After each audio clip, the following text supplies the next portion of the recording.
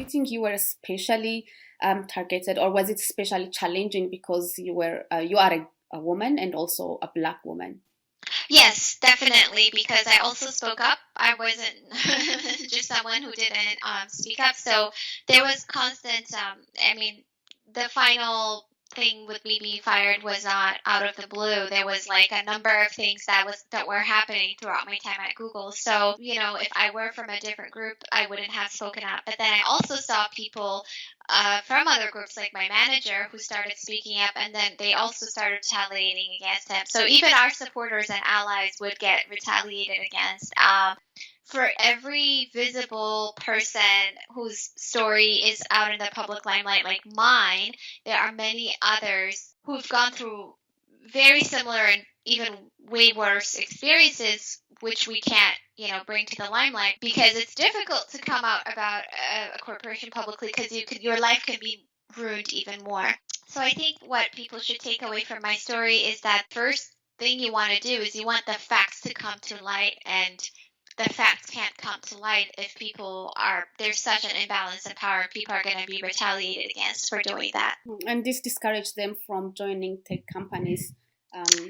It's not even being discouraged from joining tech companies. When they want to join, they have to jump through many hoops. So, another recruiter who was fired before me, her name is April Curley. She's another Black woman.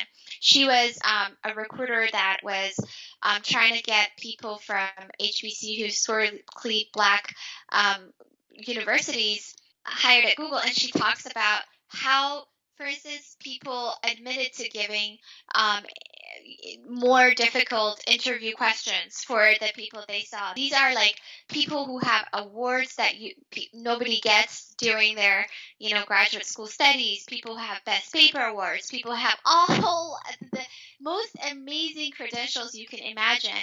And they would find a way to say, oh, this person probably should not be hired, or this person should go through an extra hoop. Then once you're hired, then there's also all of this hostility that people face. So it's not about someone being discouraged from joining or not. It's about an active kind of barrier that is actively placed to prevent people from not just joining, but having a healthy kind of life and work. And now you have your own institution called Distribute Artificial Intelligence Research Institute, and you are trying to increase the presence of Black individuals in the technology. How specially are you encouraging women to come to the field, both in the diaspora or in the African continent?